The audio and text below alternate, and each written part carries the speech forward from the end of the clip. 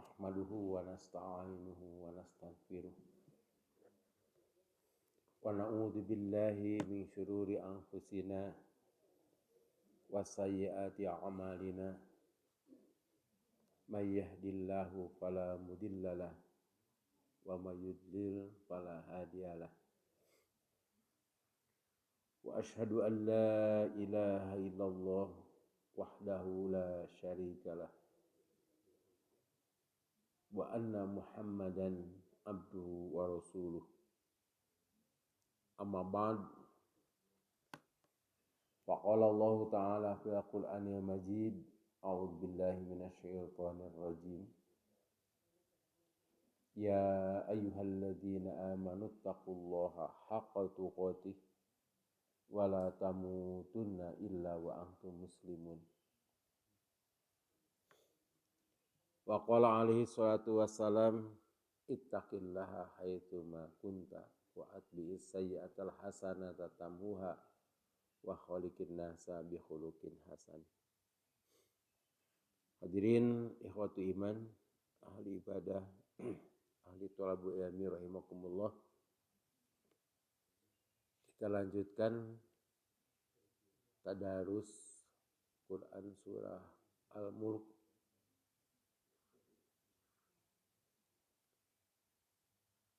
ayat 18 dan seterusnya. Pada ayat sebelumnya Allah Subhanahu wa taala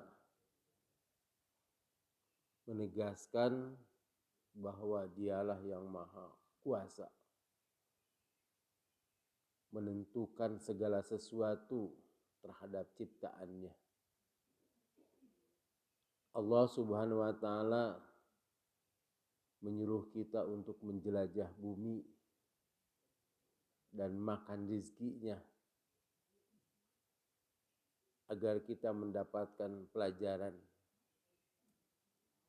Allah Subhanahu wa taala juga menjelaskan bahwa Dialah yang berkuasa untuk menghancurkan ciptaannya, untuk menenggelamkan manusia ke dalam bumi atau menjatuhkan hujan atau badai dari langit.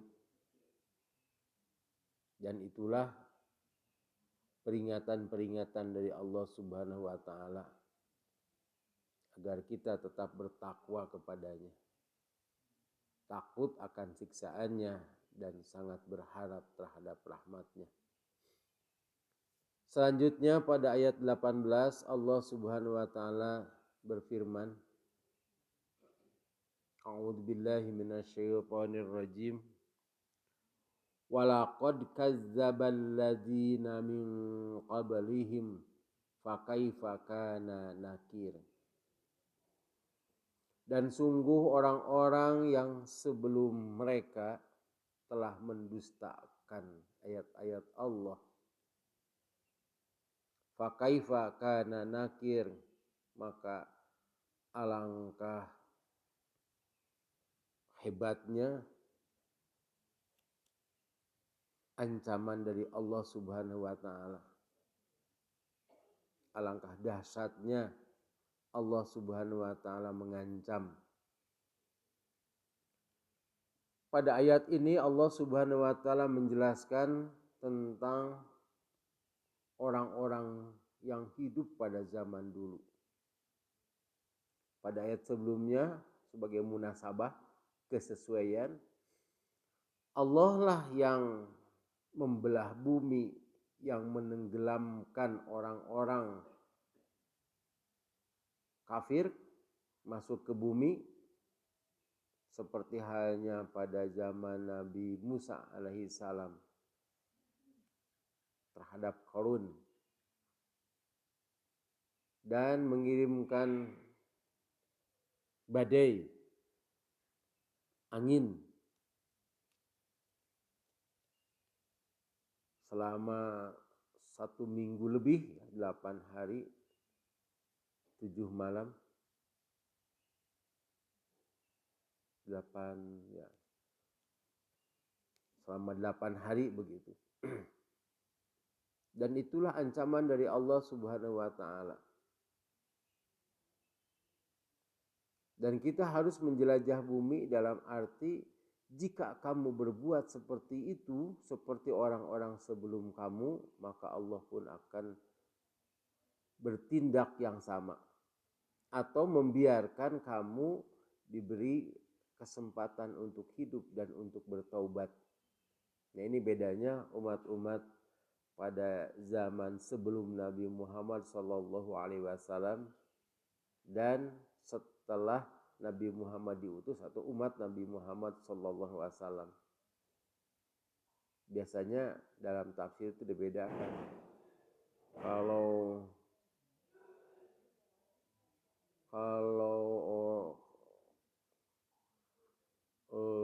Nabi itu sebutnya kaum. Nabi sebelum Nabi Muhammad itu kaum Nabi Lut, kaum Nabi Nuh. Tapi untuk Nabi Muhammad SAW itu umat.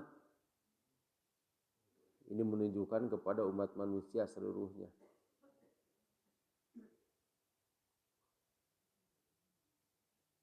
Nabi Syuaib juga menyebutnya ya qaumi. Kalau Nabi Muhammad ummati. Nah, di sini juga ada dua penafsiran. Yang sebut umat itu adalah orang-orang Islam. Ada lagi yang menafsirkan bahwa orang kafir juga umat Nabi. Umat Nabi Muhammad sallallahu alaihi wasallam. Dan umat Nabi Muhammad sallallahu alaihi wasallam dibiarkan oleh Allah Subhanahu wa taala kecuali dengan perang ya. Seperti orang-orang Quraisy itu orang-orang yang kafirnya saja itu yang diperangi dan itu juga mereka diberi kesempatan untuk bertobat dan masuk Islam. Seperti halnya Khalid bin Walid. Dan ini harus jadi peringatan dan dalam Quran itu banyak orang-orang yang mendustakan. Bahkan kata-kata mendustakan sebelum kamu itu menjadi obat atau penyemangat bagi Nabi Muhammad SAW bahwa bukan hanya umat Nabi Muhammad yang menolak itu, tapi sebelumnya juga orang-orang itu menolak kedatangan Nabi.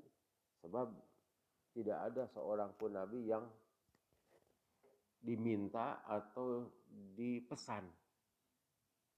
Kalau saya di WA, saat kadieu Nabi Muhammad dan para Nabi tidak begitu datang, justru disambut dengan lemparan-lemparan dan cercaan. Walaupun hanya dengan kata-kata disebut tukang sihir, sebut pendusta, orang gila dan sebagainya. Selanjutnya Allah Subhanahu wa taala mengingatkan manusia tentang kekuasaannya. Firman-Nya, awalam yarau ilat toir. Tidakkah mereka melihat burung-burung? Ini burung-burung sering disebut oleh Allah Subhanahu wa taala. Bahkan ada yang disebut jenisnya seperti hudhud gitu. Bahkan ada burung yang misterius, toiron ababil gitu. Kita sudah bahas dulu apakah masih ada toiron ababil itu yang melempar ashabul fil dengan batu-batu dari neraka. Nah itu. Nah di sini kita diperintah oleh Allah Subhanahu wa taala untuk melihat burung. Kadang-kadang at-toir itu disebut jama. Kadang-kadang juga diartikan mufrad. Di sini sekalipun mufrad tapi maksudnya jama. Burung-burung. Fauqahum di atas mereka artinya yang berterbangan atau yang kesana kemari di atas mereka di udara, di langit, yang sebut langit itu di atas kita. Sofatin, sofatin itu mengembangkan, disebut juga berjejer. Bahkan kalau kita perhatikan ada, kalau pagi-pagi itu di lemur tadi Ciganitri, itu suka ada burung bangong, jadi terbangnya itu teratur seperti sebuah pasung gitu, pasung gitu kan. Jadi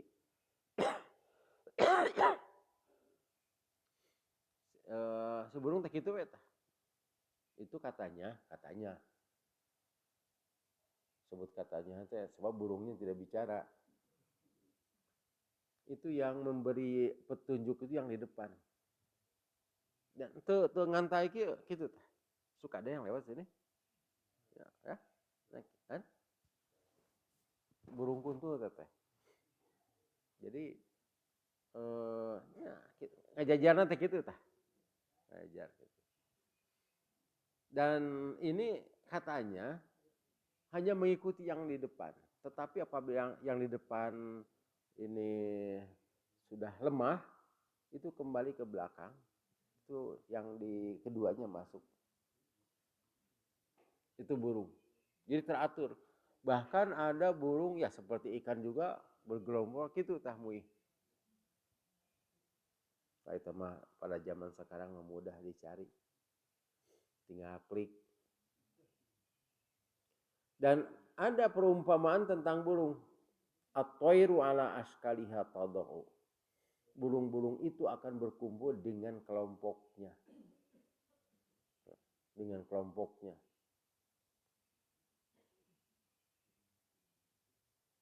Tetapi ada burung-burung yang terpisah, hidupnya sendiri, dan dia sebagai predator. Ada burung yang kecil, saya pernah melihat itu. Burung ya sebesar ibu jari. Itu makanannya seperti lebah. Dia memakan madu. Jadi kalau ada bunga itu gitu. Ada yang paruhnya panjang, ada yang paruhnya pendek. Bahkan kata orang yang meneliti burung itu kepakan sayapnya itu per detik itu sekian ratus kali. Satu detik ya, truk. Nah itu ratusan kali ya mengepakkan. Sampai diam saja begitu, sampai tidak terlihat sayapnya itu. Seperti kipas angin kan dia tidak terlihat gitu karena cepatnya. Dan burung ini ada yang disukai suaranya. Ini ada burungnya, kita sekalian tasbih saja. Ada yang disukai warnanya. Ada yang disukai apanya lagi? Suara udah, warna sudah, apalagi? Bentuknya, apalagi? Dagingnya, daging burung itu ayah di surga, Jadi surga itu ada burung, tapi udah matang. Nah, surat naon tah? Al-Waqiah. Walah mitoiri mimma yashtahun, dan disediakan daging burung yang kamu sukai. Yang kita sukai daging burung apa? Ayam.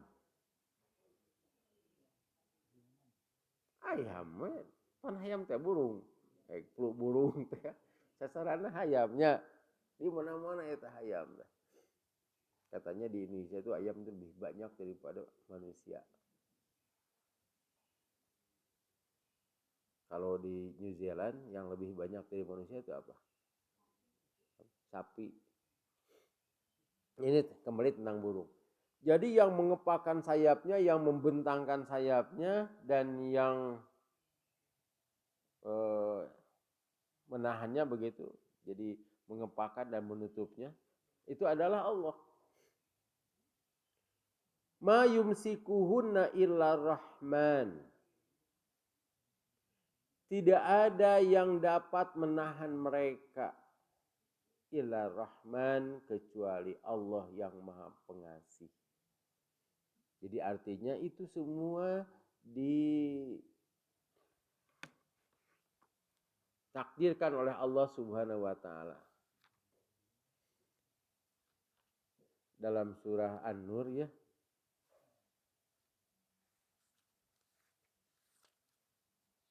bahwa burung ketika mengepakkan sayapnya itu adalah tasbih. Tasbih.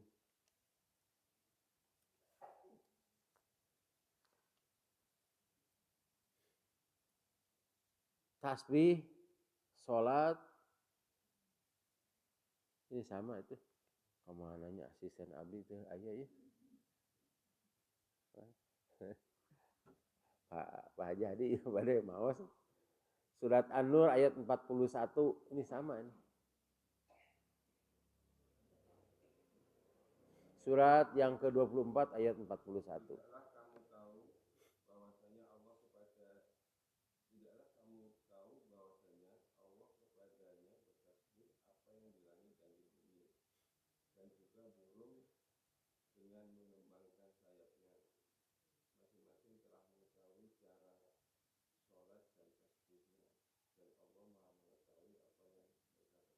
Iya. Di sini dijelaskan bahwa burung itu bertasbih. Bertasbihnya dengan mengepakkan sayap, mencari makan. Malahan disebutkan dalam hadis itu burung itu orang makhluk yang tawaka. Jadi kalau dia keluar dari sarang itu mencari makan, lapar, kemudian mencari makan, pulang kenyang, tidak mengambil untuk besok, tidak memikirkan besok makan kumpul orang banyak, kayak biasa keresek, oke Allah cenah mah cukup saminggu dah gitu, lebih ke sakarung, bahkan anu 2 karung gitu, kamari pan dibagi-bagikan biasa, padahal di bumi masih kena aya kulantaran anu gratis, seberapa kilo tuh Pak? 10 kilo, aya anu bolak-balik kadinya gitu tah. Kadieu ganti baju bere deui, ganti baju bere deui gitu. Tu kasaha nu pinter, tu kasaha nu bodoh teh. Tah, manuk mah teu kitu, sugan mawa kitu saranggeuykeun isukan, sing cicing kitu dak disayang tidak. Kata Rasulullah SAW, burung itu berusaha tawakal kalau sudah kenyang pulang. Jadi urang mah kadieu aya anu gratis, mengko kadieu aya anu gratis. Usum kampanye kamari tah. Nah ganti di baju 100.000 cenah ieu mah Ustaz. Itu dulu itu ya. Tapi kamari rupiahna mah aya oge. Asup ka dieu pan aya nu ngacungkeun curug tah. Bal ditingali kaosna beda. Aya nu kitu, oh ini cenah bagian nu ieu cenah gitu. Emang teh dibuka teh aya kaos nu sajian di jerona teh. Nah, itu manusia seperti itu ya. Di sini disebutkan pada ayat 41 surat An-Nur itu setiap makhluk, diutamakan di sini burung, itu sudah mengetahui sholatnya dan tasbihnya. Jadi bukan hanya kita yang disuruh sholat, burung juga disuruh sholat. Tapi begitulah sholatnya.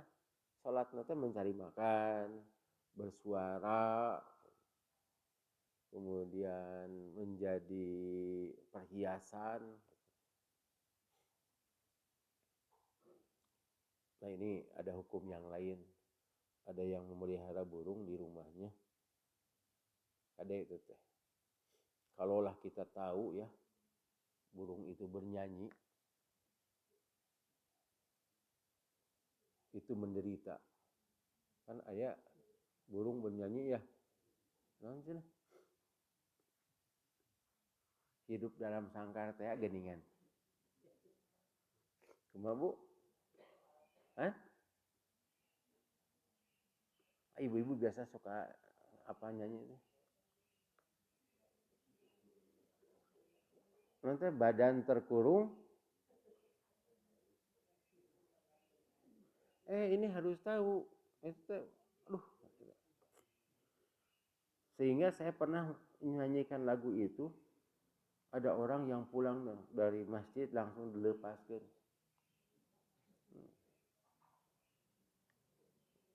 Orang dia mah tara nyanyinya. Beda paslon. Nanti, judul nanti, burung dalam sangkar, mau nanti liriknya kumaha. Wahai kau burung dalam sangkar, terus nasibmu malang benar, terus tak seorang pun tahu, terus apa lagi? Nah itu pokoknya lah itu. Tete orang yang mengerti tentang burung lebih kayak dinyanyikan ku artis. Saya pernah itu tanya, kapan burung itu, kan ada yang di suaranya ya, nu di arah suaranya. Itu nu mana teteh burung itu kan di Cianjur ada semacam perlombaan. Pak, ya tidak tahu saya siapa. Burung itu kalau sudah gila suaranya bagus. Oh, kenapa bisa begitu? Iya, ini yang jantan. Yang jantan itu melihat yang betina. Kalau jantan melihat betina suka bertingkah kan ya. Nah, siga hayam geuning kongkorongo kalau gitu. Pokoknya mah nah suara-suara itu karena melihat itu. Karena itu di dalam sangkarnya suka ada sekat ya. Ya, ada sekat. Nah, ini yang jantan, ini yang betina. Yang betina tidak bersuara siga hayam gitu. Ketika dibuka ini sekatnya. Wah, ini bertingkah itu. Nah, didinya nu menang duit nama nu bogana. Saya sampai kaget. Teteh amun manukna geus gelo. Kemudian saya bertanya, kira-kira nasibnya orang yang seperti itu, yang mengurus burung seperti itu di akhirat kumaha tah? Bapak siapa? Orang teh ante naroskeun wungkul. Ya kita kembali lah sini ke jalan yang lurus. Ayat 19 itu akhirnya innahu bikulli syai'im basir. Sesungguhnya Allah terhadap segala sesuatu itu maha memandang, maha melihat, maha tahu. Tapi ayat di Sukabumi mah sajen lamun aya manuk sorana disada ti peuting saya beli walaupun berapapun. Tapi anu disada ti peuting. Tah kumaha tah? 1 juta? Wah, 1 juta mah. 10 juta saya beli. Aya teh manuk nu disada ti peuting. Nah, wuk, eta nu sadar teh ti peuting, ti peuting, ti peuting. Sana manuk bueuk. Tapi upami beo mah duka tah. Tapi ada orang-orang yang seperti burung beo. Dia berkata tapi tidak mengerti. Kade, jangan sampai kita sholat, bacaannya benar, tetapi kita tidak mengerti apa yang dimaksud. Yang maksudnya ayat atau kalimat-kalimat yang kita baca. Ya burung beo gitu kan, salam la ilaha illallahnya. Burung kakatua juga ada tuh. La ilaha illallah, la ilaha illallah, la ilaha illallah. Dulu mah dipakai kampanye itu teh.